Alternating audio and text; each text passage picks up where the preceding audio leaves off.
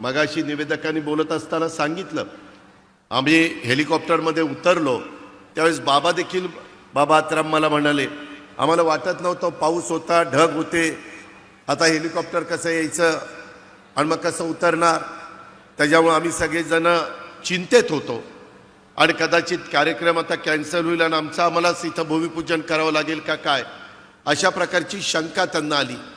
येताना हेलिकॉप्टरमधनं सुरुवातीला नागपूरला बरं वाटलं, परंतु नंतर जे ढगात हेलिकॉप्टर शिरलं, इकडं बघतोय ढग, तिकडं बघतोय ढग, आणि आमचे देवेंद्र फडणवीस निवांत गप्पा मारत बसले.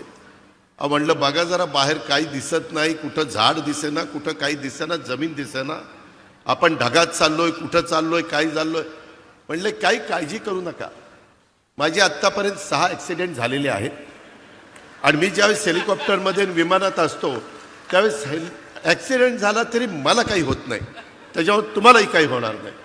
अरे बाबा म्हणलं आता हे काय सांगतोय, एक तर पोटात गोळा आलाय, आज आषाढी एकादशी, सारखं पांडुरंगा पांडुरंगा पांडुरंगा नाव घेत होतं मनात, आणि ह्या महाराजांचं आम्हाला उपदेश चाललेले होते, काही काळजी करू नका. आणि खरोखरीच येईपर्यंत इतके निवांत होते. ते म्हणले मला ह्याचा अनुभव आहे, माझे अनेक ॲक्सिडेंट झालेले आहेत, परंतु माझ्या कुठं नखाला देखील धक्का लागला नाही. अशा पद्धतीनं बापदादाच्या पुण्याईमुळं इथपर्यंत महाराज पोचलेले आहेत.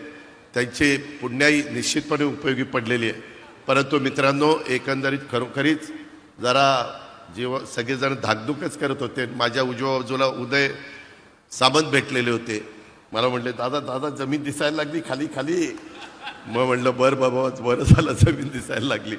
मित्रांनो, गमतीचा भाग जाऊ द्या, परंतु एकंदरीतच सगळ्यांनीच काळजी घ्यायची असते. मगाशी निवेदकांनी बोलत असताना सांगितलं, आम्ही हेलिकॉप्टरमध्ये उतरलो त्यावेळेस बाबा आत्राम मला म्हणाले, आम्हाला वाटत नव्हतं, पाऊस होता, ढग होते, आता हेलिकॉप्टर कसं यायचं आणि मग कसं उतरणार, त्याच्यामुळे आम्ही सगळेजण चिंतेत होतो आणि कदाचित कार्यक्रम आता कॅन्सल होईल आणि आम्हालाच इथं भूमिपूजन करावं लागेल का काय, अशा प्रकारची शंका त्यांना आली. येताना हेलिकॉप्टरमधनं सुरुवातीला नागपूरला बरं वाटलं, परंतु नंतर जे ढगात हेलिकॉप्टर शिरलं, इकडं बघतोय ढग, तिकडं बघतोय ढग, आणि आमचे देवेंद्र फडणवीस निवांत गप्पा मारत बसले. म्हणलं बघा जरा बाहेर काही दिसत नाही, कुठं झाड दिसेना, कुठं काही दिसेना, जमीन दिसेना, आपण ढगात चाललोय, कुठं चाललोय, काय चाललोय. म्हणले काही काळजी करू नका. माझे आत्तापर्यंत 6 ॲक्सिडेंट झालेले आहेत आणि मी ज्यावेळेस हेलिकॉप्टरमध्ये विमानात असतो त्यावेळेस ॲक्सिडेंट झाला तरी मला काही होत नाही, त्याच्यावर तुम्हालाही काही होणार नाही. अरे बाबा म्हणलं आता हे काय सांगतोय, एक तर पोटात गोळा आलाय, आज आषाढी एकादशी, सारखं पांडुरंगा पांडुरंगा पांडुरंगा नाव घेत होतं मनात, आणि ह्या महाराजांचं आम्हाला उपदेश चाललेले होते, काही काळजी करू नका. आणि खरोखरीच येईपर्यंत इतके निवांत होते. ते म्हणले मला ह्याचा अनुभव आहे, माझे अनेक ॲक्सिडेंट झालेले आहेत, परंतु माझ्या कुठं नखाला देखील धक्का लागला नाही. अशा पद्धतीनं बापदादाच्या पुण्याईमुळं इथपर्यंत महाराज पोचलेले आहेत. त्यांची पुण्याई निश्चितपणे उपयोगी पडलेली आहे.